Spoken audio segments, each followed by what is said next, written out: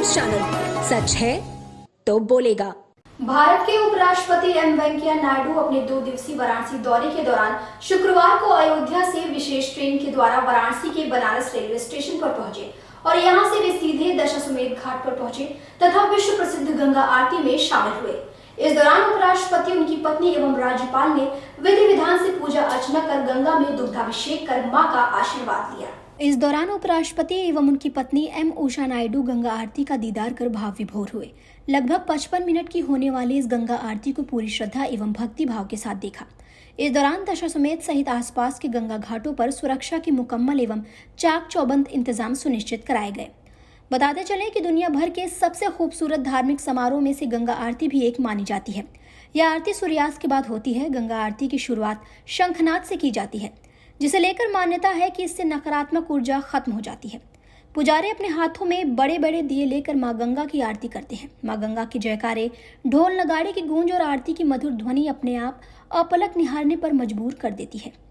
महामहिम उपराष्ट्रपति के काशी के बनारस जंक्शन पर पहुंचने पर उत्तर प्रदेश की राज्यपाल आनंदीबेन पटेल, उप मुख्यमंत्री ब्रिजेश पाठक, स्टाम्प एवं न्यायालय पंजीयन शुल्क राज्य मंत्री रविंद्र जायसवाल सहित कमिश्नर दीपक अग्रवाल, जिलाधिकारी कौशल राज शर्मा ने उनका भव्य स्वागत किया।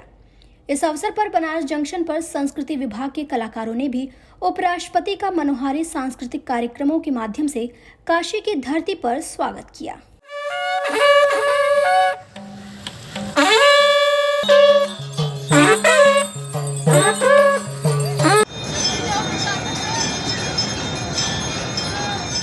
हनुमान जन्मोत्सव का पावन पर्व आज वाराणसी में हर्षोल्लास के साथ मनाया जा रहा है। पवन सुत की भक्ति के आकंठ में डूबी शिव की नगरी काशी में शनिवार सुबह श्री हनुमान ध्वजा यात्रा निकाली गई। शिव के अवतार महाबली हनुमान के जन्मोत्सव पर चारों ओर जय हनुमान ज्ञान गुण सागर, जय कपीस हुल्लोक उजागर की गूंज। शोभा यात्रा निकाले जाने से पहले संकट मोचन स्वरूप के छवि वाले बजरंगी की ब्राह्मणों द्वारा भव्य आरती उतारी गई। वहीं सभी ने एक स्वर में श्री हनुमान चालीसा का पाठ किया। शोभा यात्रा में भगवान शिव और माता पार्वती के स्वरूप में शामिल पात्र सभी के लिए आकर्षण का केंद्र बने रहे। नंगे पांव सभी भक्तों ने शोभा यात्रा में भाग लिया।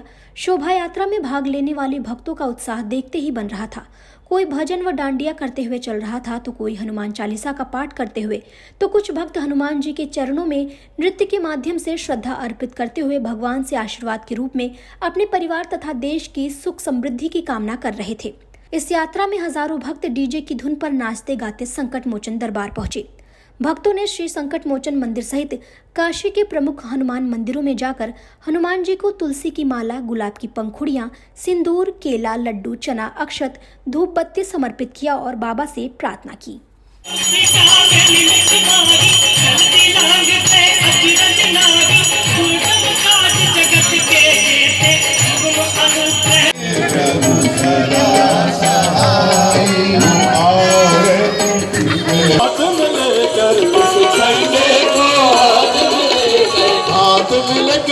साथ मिलेकर हाथ मिलकर हम साथ मिलेकर लक्ष्मण के प्राण बचाएंगे, बेटा बजरंग बली का लक्ष्मण के प्राण बचाएंगे, बेटा बजरंग बली का। इस झंडे को हाथ मिलेकर, इस झंडे को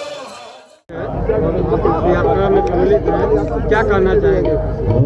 निश्चित तौर से हम सब काशीवासी सौभाग्यशाली हैं कि ये विगत 20 सालों से ये आयोजन हो, 2 साल बीच में बंद रहा है, बीच में 20-22 साल हो गए। 2020 से शुरू है, 2001 से, हाँ 2001 से शुरू है और ये लगातार कर रहे हैं लोग। मैं समझता हूँ कि काशी की धरती पर ये निश्चित तौर से अपना एक बहुत ही महत्वपूर्ण ये कार्य है और आज हनुमान जी की जयंती है। हम सब लोग इसमें निश्चित तौर से आज हनुमान जी की आराधना करेंगे, पूजा करेंगे और उनसे पूरे काशी के लिए, देश के लिए मंगल हो, कुशल इसकी कामना करेंगे। ये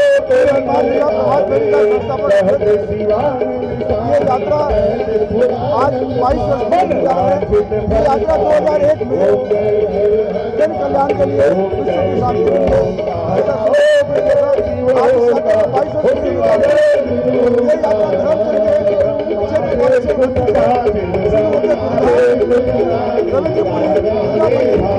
वहाँ जाकर के सभी महिलाओं द्वारा सामूहिक भगवान की आरती की जाएगी और जो पुरुष ध्वज में खड़े हैं वो सभी जो है भगवान को ध्वज अर्पण करेंगे।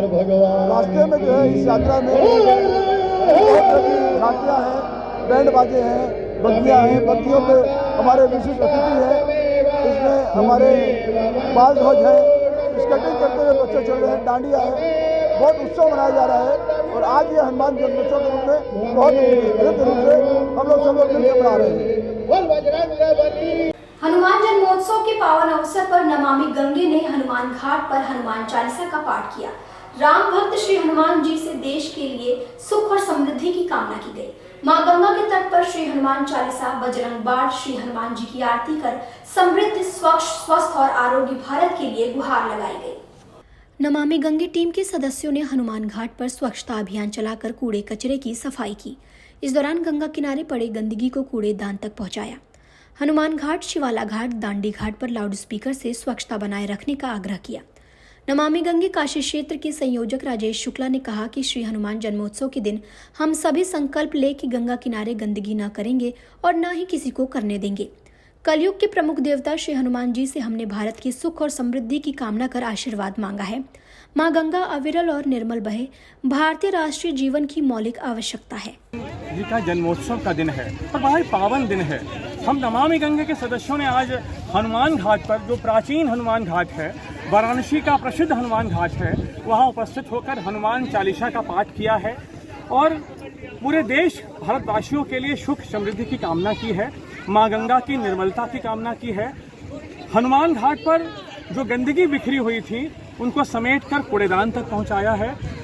कलयुग के भगवान श्री हनुमान जी हैं, उनका गुणगान कर, उनसे अनुनय कर, उनसे विनय कर, उनसे प्रार्थना कर हमने यह उनसे आशीर्वाद मांगा है कि हमारा भारतवर्ष निरंतर प्रगति करता रहे, हम निरंतर आत्मनिर्भर भारत की ओर बढ़ते रहें, माँ गंगा निर्मल हो, अविरल हो। हनुमान जी क्योंकि आज साक्षात देवता हैं, उनके जन्मोत्सव पर हम पूरे देशवासियों को नमामि गंगे की तरफ से हार्दिक शुभकामनाएं और बधाई देते हैं और सबसे यही आग्रह करते हैं कि हमें अपने आसपास स्वच्छता बनाए रखना है और गंगा किनारे की स्वच्छता को बनाए रखना है। यह संकल्प श्री हनुमान जन्मोत्सव का होना चाहिए।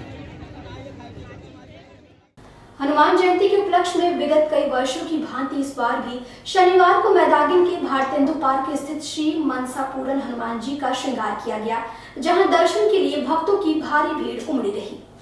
मैदागिन के भारतेंदु पार्क स्थित मनसा पूरन हनुमान जी को सुगंधित फूल और माला से सजाया गया। प्रारंभ में हनुमान जी का सिंदूर लेपन किया गया, इसके बाद फूल मालाओं से श्रृंगार किया गया। तत्पश्चात हनुमान जी की भव्य आरती के साथ सुंदर पाठ का भी आयोजन किया गया। साथ ही भक्तों के बीच प्रसाद का वितरण किया गया। इस दौरान सोबाया बनास क्लब के अध्यक्ष मुकेश जायसवाल ने भी अपनी टीम के साथ बाबा मनसा पूरन हनुमान जी का आशीर्वाद लिया। जनपद वाराणसी के राजा तालाब स्थित अमूल पार्लर में एक आगजनी की घटना सामने आई है। शॉर्ट सर्किट से लगी आग से पार्लर में रखा लाखों का सामान जलकर राख हो गया। सूचना मिलने पर पहुंची फायर ब्रिगेड की टीम और स्थानीय लोगों ने कड़ी मशक्कत के बाद आग पर काबू पाया। राजा तालाब के जखनी रोड स्थित सुनीता अमूल पार्लर नामक दूध की दुकान में बीती रात बिजली के शॉर्ट सर्किट से आग लग गई। आग का धधकता धुआं देखकर स्थानीय लोगों ने इसकी सूचना फायर ब्रिगेड को दी। सूचना मिलने पर फायर ब्रिगेड की टीम मौके पर घटनास्थल पर पहुंची और वहां स्थानीय लोगों की मदद से आग पर काबू पाया गया। वहीं चित्तापुर निवासी दुकान मालिक अतुल तिवारी की माने तो दुकान में आग लगने से उनका करीब 2.5 लाख रुपए का नुकसान हुआ है। प्रशासन से उन्होंने मुआवजे की गुहार लगाई है। जनपद वाराणसी के सिगरा स्थित रुद्राक्ष कन्वेंशन सेंटर में आगामी 23 अप्रैल को नव भारत निर्माण समिति की ओर से प्रथम गोमती देवी उत्कृष्टता पुरस्कार वितरित किया जाएगा। इस पुरस्कार वितरण समारोह में उत्तर प्रदेश के नवनिर्वाचित उप मुख्यमंत्री ब्रजेश पाठक शिरकत कर काशी की जानी मानी हस्तियों को पुरस्कारों से अलंकृत करेंगे। कैंटोनमेंट स्थित एक होटल में आयोजित प्रेस वार्ता में संस्था के सचिव ब्रजेश सिंह ने पत्रकारों से बातचीत में बताया कि आगामी 23 अप्रैल को वाराणसी के रुद्राक्ष कन्वेंशन सेंटर में नव भारत निर्माण समिति की ओर से पहली बार गोमती देवी उत्कृष्टता पुरस्कार प्रदान करने के लिए कई विभूतियों का चयन किया गया है। यह पुरस्कार शिक्षा, साहित्य, कला एवं संस्कृति, science and technology, engineering and medicine, जनसेवा और समाज सेवा, स्पोर्ट्स, योग, वेलनेस, महिला सशक्तिकरण के लिए दिया जाएगा।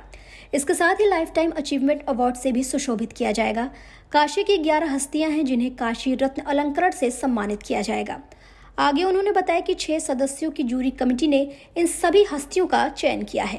जयप्रकाश विश्वविद्यालय छपरा, वहाँ का मैं कुलपति रहा 2017 से 20 तक, और काशी विश्वविद्यालय का ही छात्र और वहाँ के शिक्षक होने के साथ साथ मैं इस नगर से आपके भी जो विभिन्न मीडियाकर्मी हैं और अन्य लोगों के बीच में रहता हूँ। मैं आजकल अपने गांव रहता हूँ और गांव से केवल इस कार्यक्रम के लिए आया कि जैसा इन्होंने कहा कि आज आप लोगों के बीच कुछ निर्णय करना था इन लोगों के साथ बैठ के, तो उसमें आप लोगों के भी मित्र प्रदीप श्रीवास्तव जी को काशी रत्न से अलंकृत किया जाएगा और अन्य लोगों को 7 विभिन्न क्षेत्रों में जो अध्ययन की विधा है, ज्ञान की विधा है, उसमें नाम आपको वितरित कर दिए जा चुके हैं। कितने लोगों को जो है पुरस्कार वितरित? इस समारोह में कुल 11, 7, 18 लोगों को किया जाएगा, जिसमें 7 लोगों को कुछ बहुत ही नॉमिनल है, बहुत ही छोटी राशि है, पर कुछ राशि के साथ उनको स्मृति चिन्ह और उनके जीवन वृत्त के बारे में वर्णन रहेगा, जिसको अंग्रेजी में साइटेशंस कहते हैं। और जो काशी रत्न है उसमें आर्थिक कोई ये तो नहीं है, मतलब उसमें आर्थिक कोई जो देना नहीं है, लेकिन उनकी कार्यों की जो प्रशंसा है वह रहेगी। इसके साथ उनको स्मृति चिन्ह दिया जाएगा और सम्मानित किया जाएगा। इस कार्यक्रम में मुख्य अतिथि कौन है? इस कार्यक्रम के मुख्य अतिथि जो रहेंगे, जैसा आपने भी बताया है कि उत्तर प्रदेश के माननीय उप मुख्यमंत्री श्री ब्रजेश पाठक जी को की सहमति मिल चुकी है। भारत निर्माण समिति का संस्थापक सचिव हूँ और इस कार्यक्रम का संयोजक भी हूँ। इस प्रेस कॉन्फ्रेंस का उद्देश्य है कि गोमती देवी स्मृति समारोह जो 23 अप्रैल को रुद्राक्ष कन्वेंशन सेंटर में मनाया जा रहा है, तो उसके बारे में अपने मीडिया साथियों को बताना कि किन किन लोगों को गोमती देवी उत्कृष्टता पुरस्कार के लिए चयनित किया गया है 7 क्षेत्रों में, और किन लोगों को 11 क्षेत्रों में काशी रत्न अलंकरण के लिए चयनित किया गया है। साथ में कौन मुख्य अतिथि होंगे और कार्यक्रम का जो द्वितीय सत्र है उसमें कौन कौन से कवि होंगे, इसके बारे में बताना।